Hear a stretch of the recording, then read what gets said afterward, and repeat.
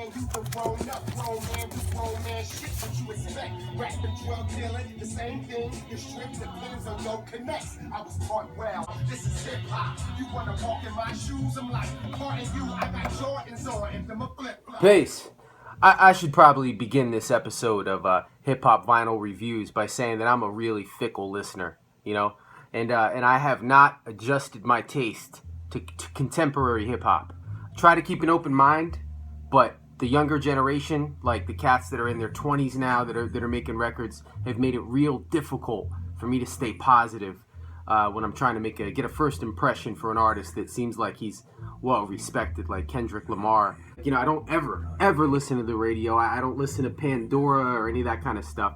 So, you know, I can't help but notice when certain artists are getting a lot of fanfare, you know, and Kendrick Lamar, you know, along with other names like J. Cole, these guys are at the top. You know, Drake, who I never fully tuned into at all. You know, I you know, if a gun was in my head, I had to answer like 5 questions right about Drake and his music. I'd get them all wrong, I'd die. You know, so same with Kendrick Lamar. But you know, honestly, man, I've heard nothing but good things about him. He's starting to pop up on these. By the way, that awkward sex scene that I paid for, that's what we're listening to now. It's how much did I spend on this, man? Can you see?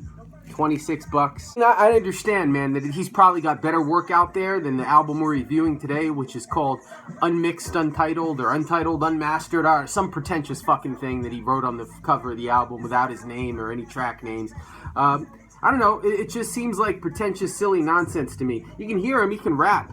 He could rap, you know, there's no doubt about that. But it's unlistenable to me, you know, with the 808s and the production, you know, sounding so boring and so bland and so sample free. I can't get into it, and just listening to it kind of turns me off so much. I'll never really be able to give it a chance. I can't believe that I don't understand hip hop, because when I think of top 10 contenders, or even top 20, top 25, the best that ever did it, there's so many of them that pop into my head before this guy Kendrick Lamar. Because as far as I'm concerned, he's either at the beginning-ish or middle stage of his career, based on how much material I've seen him release from afar, you know. And you know, when I'm thinking putting him in the top 10, and I'm thinking, what about Rakim? What about Kane? What about Slick Rick? What about Brother J? What about fucking Chubb Rock, man? What about Melly Mel? What about Shawn Price? What about Andre 3000? What about Pharcyde? What about Grand Puba? What about Lord J? What about Sadat X? What about Scarface? What about Ghostface Killer? What about Jizza? What about Deck? What about the whole Wu-Tang Clan? What about Lauryn Hill? What about Prodigy? What about Busta Rhymes? What about LL? What about Big L? What about Pun? What about Q-Tip? What about Jada? What about the whole Locks crew? What about Black Rob? Yes, I would probably rather listen to a Black Rob record than ever listen to a Kendrick Lamar record again. What about fucking Cormega? Fuck you.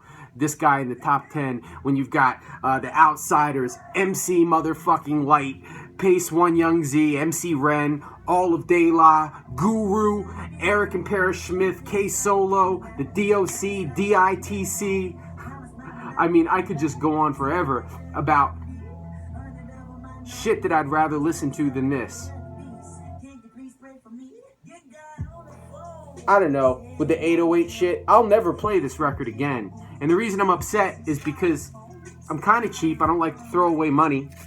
But after I'm done with this, I've only got 2 options for it, and neither of them are good ones. Let's talk about the music.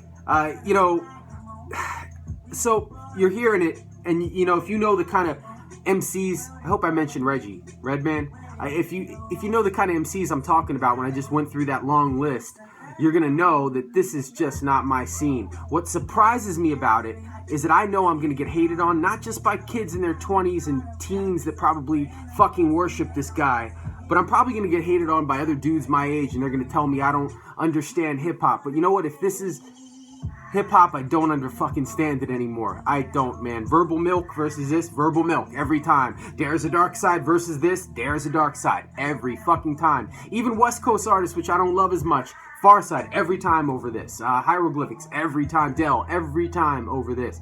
So, is hip-hop just so bad that this is what it takes to make a hero? I don't know, or maybe this is just a really shitty project and I made a really bad decision by letting it be my introduction into this Kendrick Lamar top 10 of all time guy. I don't really put a lot of stock in what young people say because the truth of the matter is they don't know what real hip-hop sounds like any more than a 10-year-old kid knows what a real banana tastes like in America, because the shit was fucked up before they were born. Besides it being bland and boring, it also just seems soulless and passionless. I don't like that. You know, they talk about mumble rappers and they never inject. I mean, everybody loves fucking Kendrick Lamar, I guess, but I don't see it, man. He's got a song on there that sounds like CeeLo was drunk at a barbecue during the chorus. In general, I get this real hippie, soft vibe, kind of like if Arrested Development got a vasectomy. It's odd in a bad way. And it just seems a little pointless. I know that he's probably said some things that I can't get myself to listen to that are brilliant. You could throw some quotes my way if you want to, but this stuff, man, is just so far away from the strength and masculinity that comes through in the golden era of hip-hop and the 90s era of hip-hop that I feel like is missing here. This sounds like bitch shit to me. I would say to you is that, listen, man, I don't really love Tupac, but you can't put on any Tupac records that sound this vaginal. There's a lot of artists that we could point to in the top 10. You can't show me anything from the first 5, 6, 7, 8 years of their career that sounds this generic. I guess maybe it's supposed to be inventive and new, but I've heard this all before, man, and I've heard it in a way that was harder, stronger, and better. Dead instantly. I don't know, man. I'm not getting it. So you got to explain to me what the fuck I'm missing here as a top 10 MC of all time. I mean, is he talented? Sure, I guess. I'm sure I could be proven he is, but I'll never know because I can't stand listening to this garbage. The drum, I can't listen to this stuff. So he could be talented, but I'll never know. Just like Abe Froman could be the sausage king of Chicago, but I'll never know because I don't eat that shit.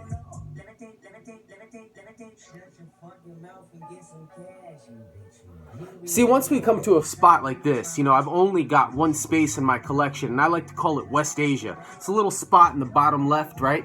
And that's where I put records that I'm never gonna fucking listen to again. I can't bear to just throw them away because I spent real money on it, but I know I'll never touch them again. So I put them as far out of reach as possible. I stopped using the little plastic sleeve that costs at least, 10 cents a piece because I don't want to waste it. Put them into West Asia, which is the very bottom of my collection. I keep all the shit I'll never listen to again over here. So, if I have one Elvis record, it's in West Asia. If I've got anything that I just am never going to put on ever, then I put it in West Asia, and that's where you got to go, Kendrick Lamar, and you're never coming back out, and I'm never going to give you another chance again. That was $26 that I know I can't see back.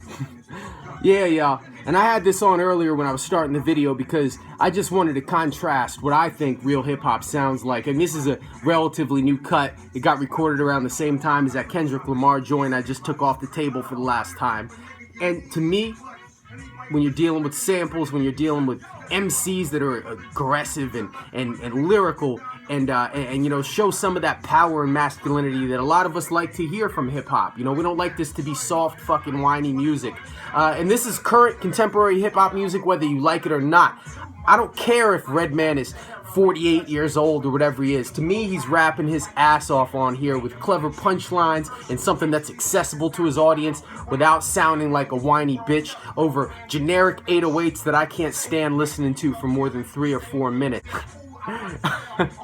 I'm sorry, man. I'm a generationist, and I think that you guys are fucking up. And if this is the best that you got, this Kendrick Lamar guy, then you got to send 10 more.